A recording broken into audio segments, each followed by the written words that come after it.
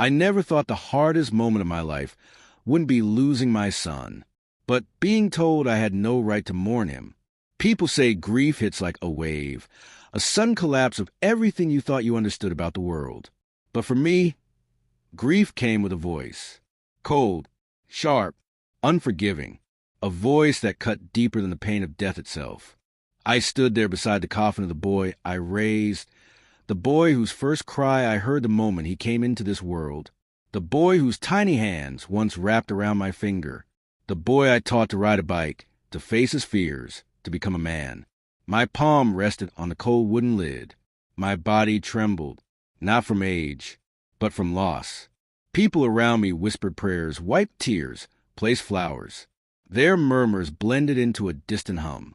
But all I heard, all I felt, was the emptiness inside me. And then she came closer. Anna, my daughter-in-law. The woman my son loved more than life itself. The woman he defended, protected, trusted. She leaned toward me, her expression carved from stone. No grief, no pain, just irritation, as if my mourning was an inconvenience to her. And in a voice that felt like a slap against my soul, she whispered, "Stop crying, pack your bags, and get out now." For a moment, the world stopped breathing. I lifted my head, my eyes blurring as her words echoed again and again. My breath caught in my throat. The priest's voice faded. The flowers lost their color. I felt everything around me spiral into silence. I had just buried my only son, and instead of comfort, I was being thrown out like trash. I wanted to speak. I wanted to scream. But I couldn't. My voice was trapped beneath the weight of everything I had lost.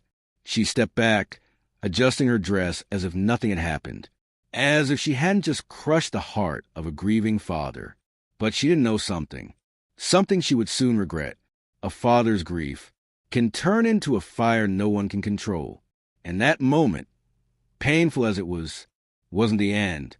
It was the beginning of the truth she had been hiding for far too long, and the beginning of the man I had to become, to honor the son I had lost. My son Michael wasn't just my child.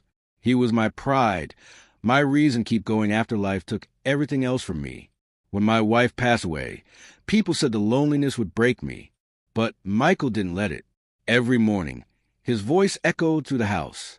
"Dad, breakfast. Come on, get up. We're not skipping today." He filled the empty rooms with laughter again.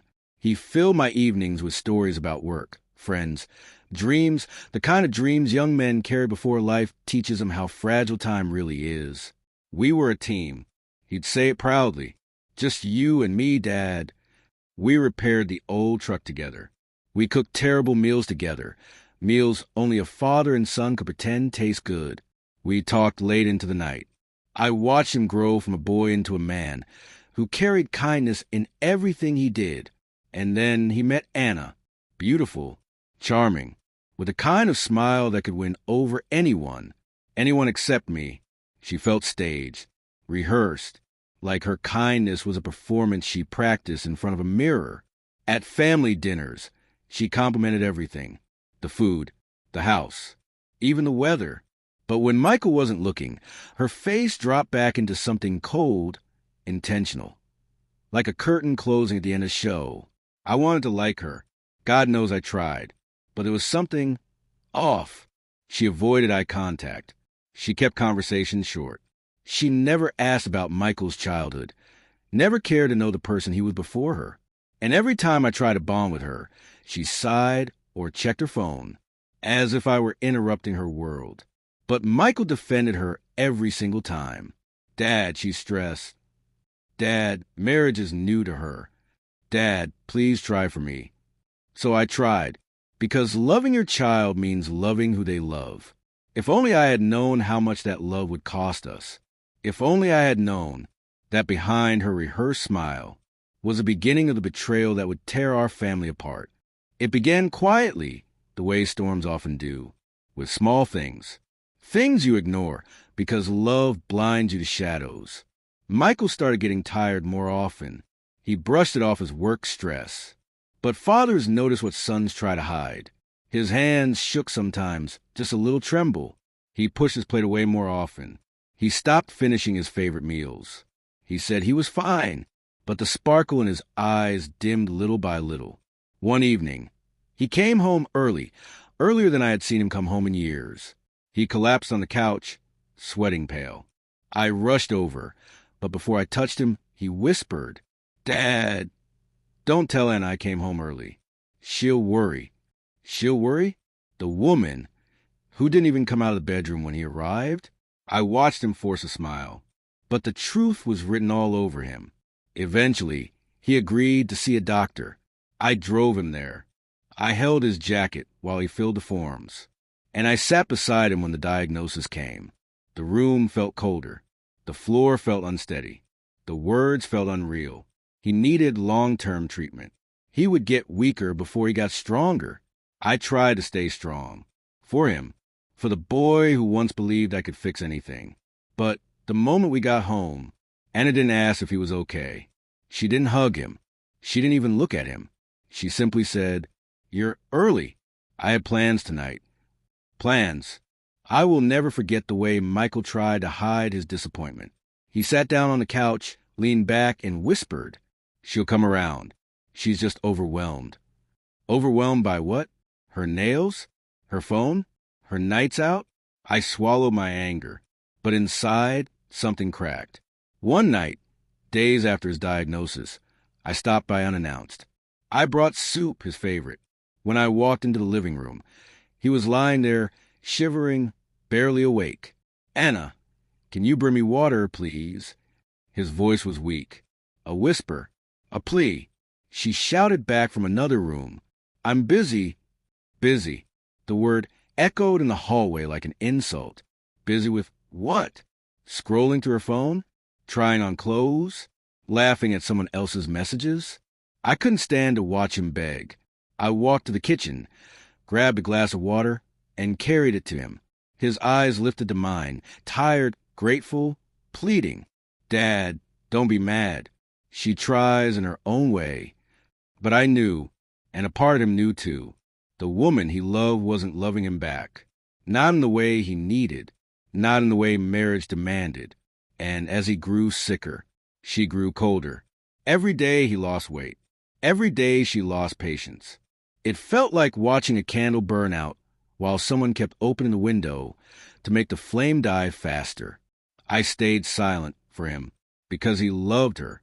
But deep down, I sensed something darker, something beyond neglect. And I was right. I just didn't know how deep the darkness went. It happened on a quiet afternoon, one of those days when you try to convince yourself that things will get better, even when your heart knows they won't. Michael was asleep in the bedroom. His breathing was shallow, uneven. I sat in a chair beside him for hours, watching him fight silently for strength. Then his phone buzzed on the nightstand. Just a soft vibration, but enough to catch my attention. I didn't touch it. I didn't go near it. But the message lit up the screen on its own. A name I'd never seen. A name that felt wrong. The message read, "Same time tonight? He won't notice. I'll leave the back door unlocked."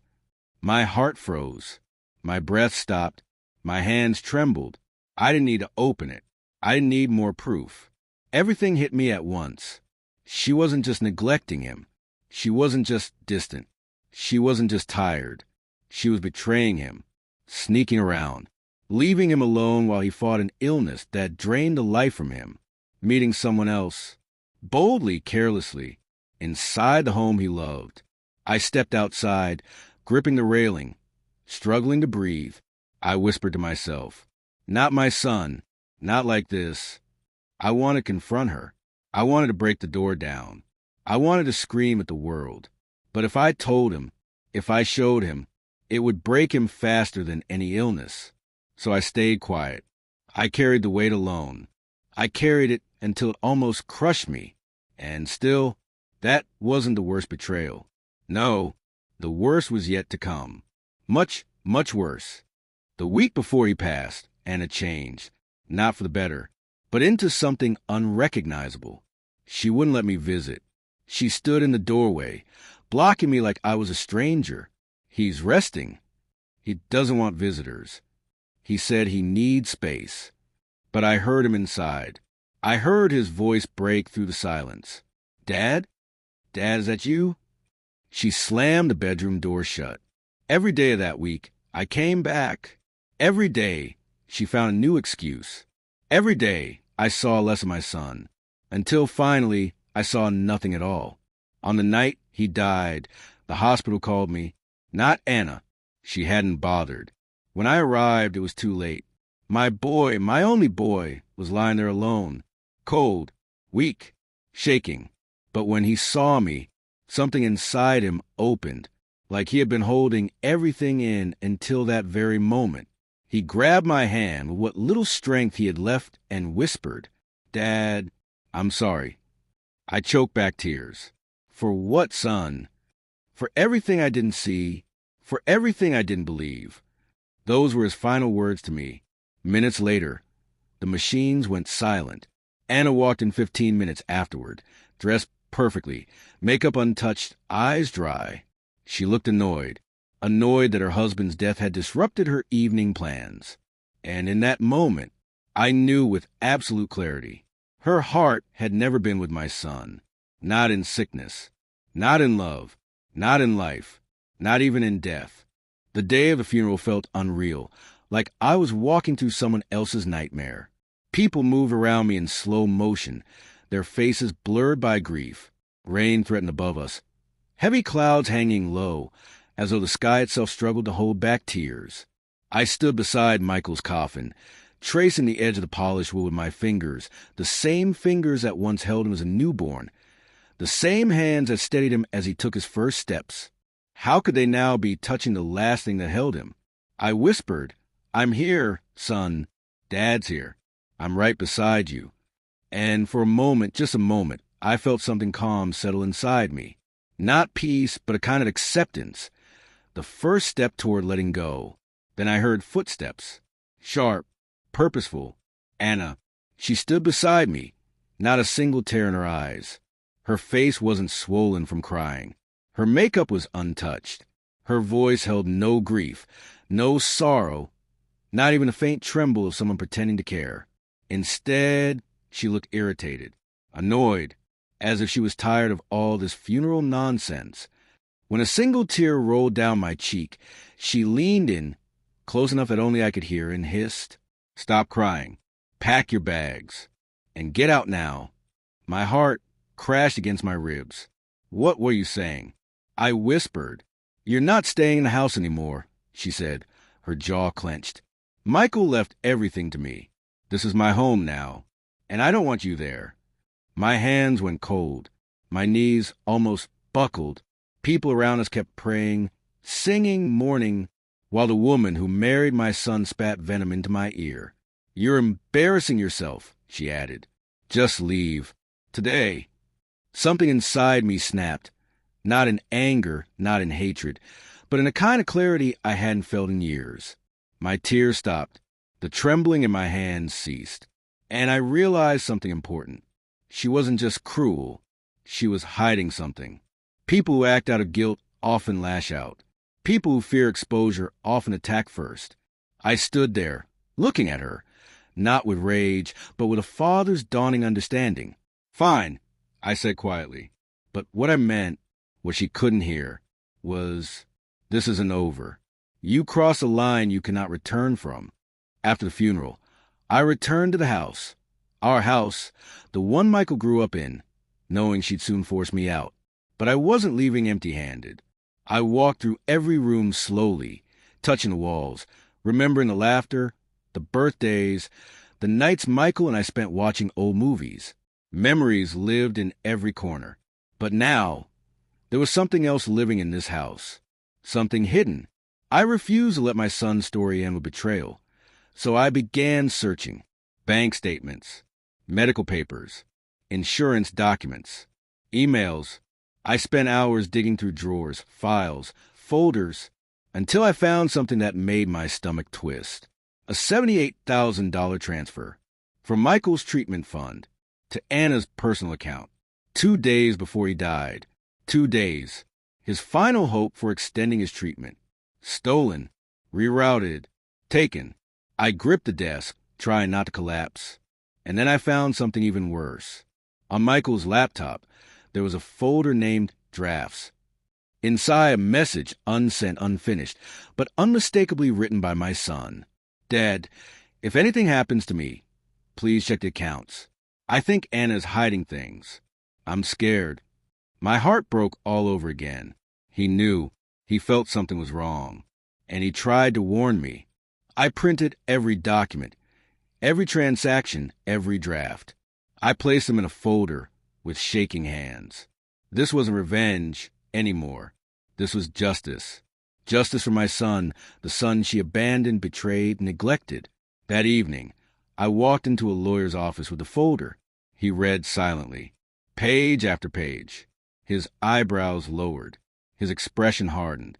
When he finished, he looked at me and said, "You did the right thing. We're going to pursue this." For the first time in months, I felt a spark of strength return. Anna thought she had defeated me. She thought she had silenced my grief. But she had forgotten. A father never stops fighting for his child. Not in life. Not in death. 2 weeks later, she received a letter. I wasn't there when she opened it, but I imagine her perfect world cracking. Financial exploitation. Fraud investigation. Misuse of medical funds. Suspicious withdrawal patterns. She panicked. The next afternoon, she stormed into the driveway where I was packing my things. Her heels slammed against the pavement. Her voice shook, not with grief, but with rage. "You did this," she screamed. "You destroyed my life." I turned slowly, meeting her eyes for the first time since the funeral. "No," I said quietly. "You destroyed your own life when you betrayed my son." She froze. "When you left him alone while he begged for help. When you used his illness to take money he needed to survive. And when you threw me out at his funeral." Her face drained of color. Her lips trembled. Her perfected mask, cracks splitting through it. She tried to speak, but no words came out. The truth had silenced her. And in that silence, I saw who she really was. Not a grieving widow. Not a devastated partner. But a woman terrified of accountability. As she turned away, her shoulders shaking, I felt no joy, no victory, no triumph, just quiet justice, and the weight of a father's love finally standing tall again. Months passed. The investigation concluded. Her accounts were frozen. She lost the house. She lost the money. She lost the reputation she had behind. I rebuilt my life slowly, step by painful step, not out of happiness, but out of duty, the duty to live on in my son's memory. One evening, I visited Michael's grave. The sun was setting. Golden light washed over the cemetery. The breeze carried the scent of pine. I knelt beside his stone and placed my hand on it. "I stood up for you," I whispered. "I kept my promise. I didn't let your story end in silence." For the first time in a long time, the tears that fell didn't hurt. They felt cleansing, pure, honest. A gentle breeze passed over me, and for a moment, it felt like he was there, standing beside me, the way he always did. I closed my eyes and whispered, "I miss you, son, but I hope, wherever you are, you finally know the truth." Life doesn't always teach its lessons gently. Sometimes it teaches them through pain, through loss, through betrayal, so deep it scars the soul. But grief teaches you strength. Betrayal teaches you clarity. Truth teaches you freedom. And justice teaches you that love is worth fighting for, no matter how dark life becomes. A father never stops protecting his child, not when they're young, not when they're grown, not even after they're gone. Because love, the real kind, doesn't end at death. It echoes through every choice, every fight, every breath we take afterward. And sometimes, the greatest act of love is refusing to stay silent.